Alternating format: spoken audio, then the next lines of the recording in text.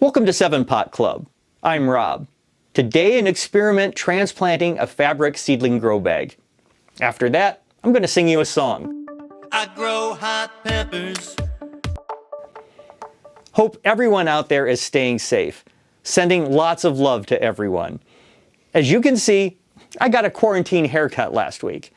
I think Kat did a great job, even if she took off a little more than either of us planned. I noticed a certain resemblance between myself and a brand mascot, and you may have seen this posting on social media. I hope that it gave you a chuckle. Today's shout out is to Brent. Brent's girlfriend Annabelle told us that he grows hot peppers and loves watching 7-Pot Club. She asked if we would wish him a happy birthday today. Always happy to bring the happy.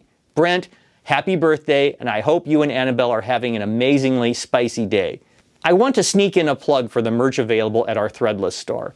All apparel, stickers, magnets, and buttons are on sale through April 24th at 9 p.m. Central. If you'd like to pick up a Scoville Scalay t-shirt or any of our other designs, just head over to 7pot.club/merch and click the sale banner at the top of the page. If you've been following my indoor grow this season, you know I transplanted quite a few of my seedlings into these non-woven fabric seedling grow bags. A lot of people have been asking if you have to remove the bag when you transplant them into the ground or into a larger container. Most of the product descriptions say you can leave the bag on when transplanting, and they also say the bags are biodegradable. But so many product claims are exaggerated. An idea popped into my head for a simple little experiment.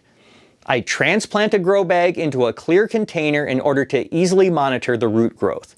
Now, clear pots are not really a thing, so I purchased a 6-quart clear bucket and drilled a few holes in the bottom. Then I transplanted this Carolina Reaper into the bucket. As you can see, the roots were already growing through the bottom of the bag where it gets wet from watering. But the roots die once they hit the air. This may sound bad, but it's called air pruning. Air pruning is a really good thing because it prevents roots from becoming tangled and root-bound. Air is able to penetrate the fabric and get to the roots. The dry air tells the roots they've reached the edge of their container and should branch off in another direction. This means your plant will have a more extensive root system. Obviously, if you want to get these benefits all season long, you should transplant into a larger fabric grow bag.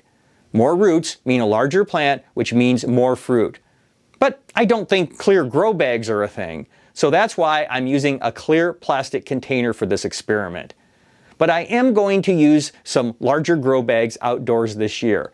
I have placed an order with Bootstrap Farmer for some colorful 7-gallon fabric bags, and I'm really anxious to see how they perform this summer. I was afraid that a clear pot would encourage algae growth, so I asked Kat to fashion a paper skirt for me out of an old shopping bag. It's a little over 2 weeks post-transplant, so let's see how it's doing. The plant looks good. It's much taller, and a lot of new growth is appearing. But what's happening under this skirt?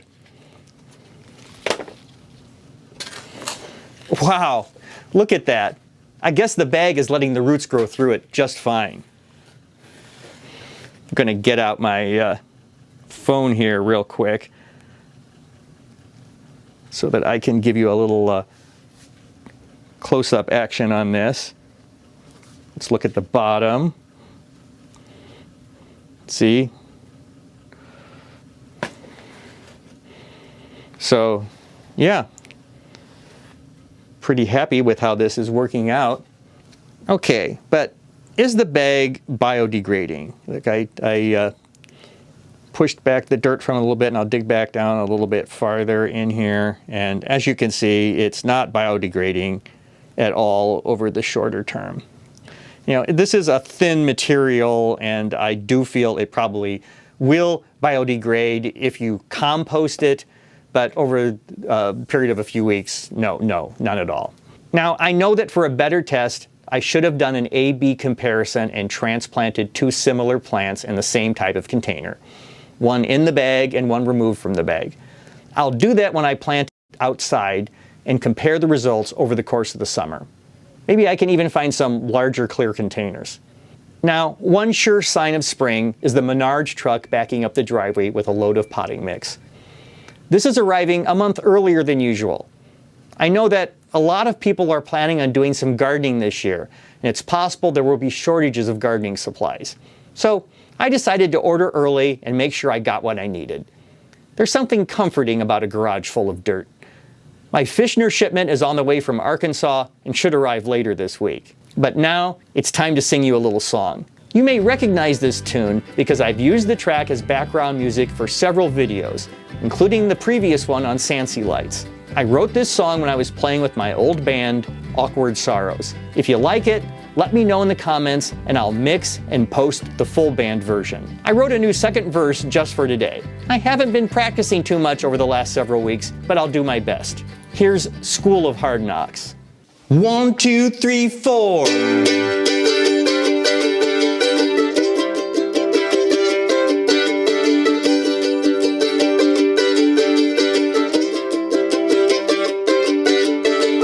Every morning full of dread and doom and gloom, so I down a pot of coffee into just my attitude. Gotta keep believing that I'll someday get ahead. Everybody needs a reason to get up and out of bed, cause the school of hard knocks is overrated.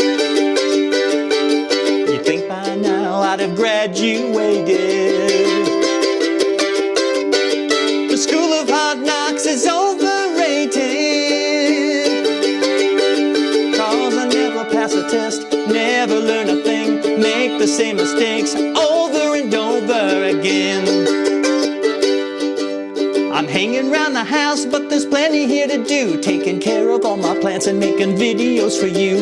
Don't wanna venture out because there's danger everywhere, scared of touching surfaces, afraid to breathe the air, cause the school of hard knocks is overrated.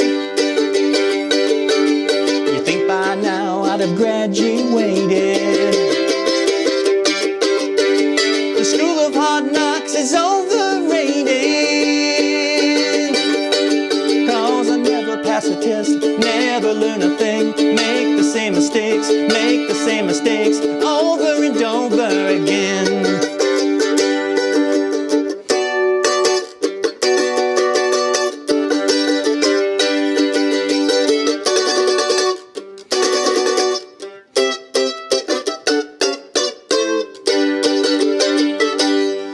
Well, I was told that if you study hard and stay in school, the doors of opportunity will open up for you. But the teachers here are mean and the bullies playing rough. Even if it's building character, I've really had enough, cause the school of hard knocks is overrated. No one here gets educated. The school of hard knocks is overrated. Pass a test, never learn a thing, make the same mistakes, I make the same mistakes over and over again. Over again, over and over again. Over again, over and over again. Over again, over and over and over and over and over and over and over.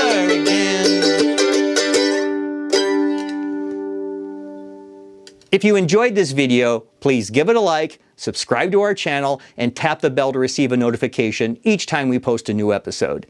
Check out all our 7-Pot Club and Hot Pepper themed merch at 7pot.club/merch.